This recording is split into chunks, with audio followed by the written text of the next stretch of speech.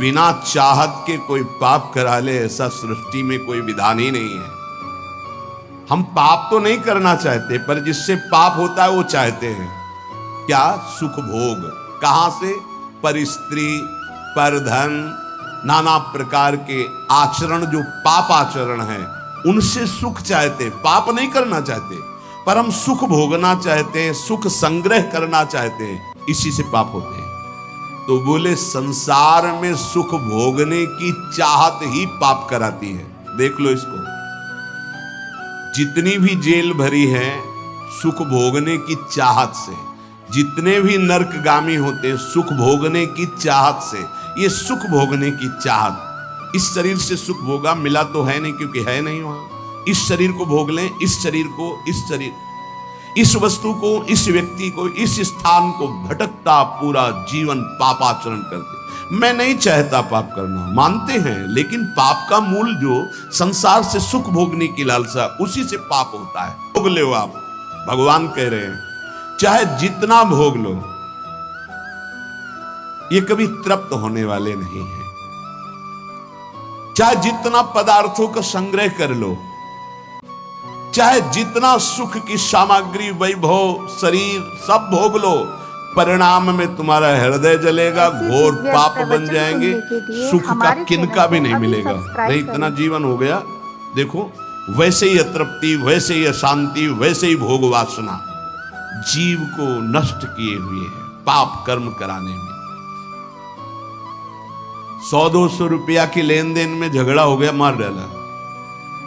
थोड़ी inch 2 inch जमीन के बंटवारे में मार डाला। क्रोध, कामना, वासना, जब मनुष्य के हृदय में भोग वासना जागृत होती है तो प्रथम नहीं होती, बहुत जन्मों की वो है, अभ्यास उसका है। भोगाभ्यास के स्कूल कहीं नहीं है, शिक्षण प्रशिक्षण इसका नहीं होता। भोगाभ्यास पूर्व से, जैसे रसेंद्री का भोग, तो बच्चा पैदा हुआ, किसी ने शिक्षा नहीं दी, मां का वक्षा स्थल स्तन लगाया गया, पीना शुरू कर दिया, दूध की बोतल लगाई गई, किसने सिखाया है? भोगाभ्यास उसका पूर्व से दृढ़ है। वो शरीर नया पाया है, लेकिन पुराना है, वो पुरातन है, वो जीव भगवान का अंश सनातन। अब जैसे जैसे यौवन अवस्था का उन्मेष होता है, सब भोग भोगने की प्रबल कामना जागृत होती है। अगर उपासक ये बात समझ ले, बहुत जल्दी विश्राम मिल जाए, जो यहां समझाना चाहते हैं। जिस जिस भोग को मन सामने रखता है, लगता है पैसा देके जबरदस्ती कुछ भी हो, इसको मैं भोग लूं तो मैं सुखी हो जाऊंगा, शांत हो जाऊंगा, तृप्त हो जाऊंगा। या कह रहे गलत सलाह दे रही, बुद्धि भ्रष्ट है इसलिए गलत सलाह दे रही। का भोग कभी तुम्हारी तृष्णा को शांति प्रदान कर ही नहीं सकता। अगर धर्म पूर्वक काम का भोग किया जाए तो वैराग्य दृढ़ हो जाएगा। इसीलिए धर्म की मर्यादा के अंतर्गत भोग को, काम को भगवान ने अपना स्वरूप कहा है। आज आदर्श शास्त्र नहीं रखे जा रहे, आदर्श ब्रह्म ऋषि नहीं है, आज आदर्श विदेशी सिद्धांत है। भोगाभ्यास, विलासिता, मनमानी आचरण नहीं भाई।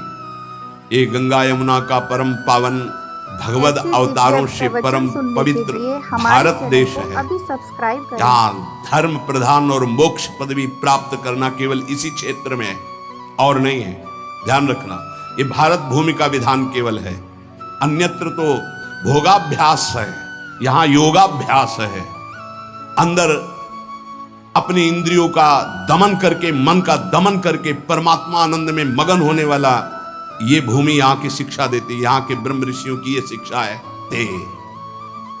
जो भोगों की लालसा करके भोगों के भोगने में लगा हुआ और सोचता है कि शांति मिल जाएगी, तो ऐसे जैसे अग्नि को सुहाती हुई घी की आहुति दो, कभी वो अग्नि बुझेगी, बढ़ती चली जाएगी। हविषा कृष्ण वर्त में वो भूये एवाभिवर्धते, वो कामाग्नि प्रचंड ज्वाला रूप रख लेगी और भयंकर पाप कराएगी जो तुम सोच भी नहीं सकते।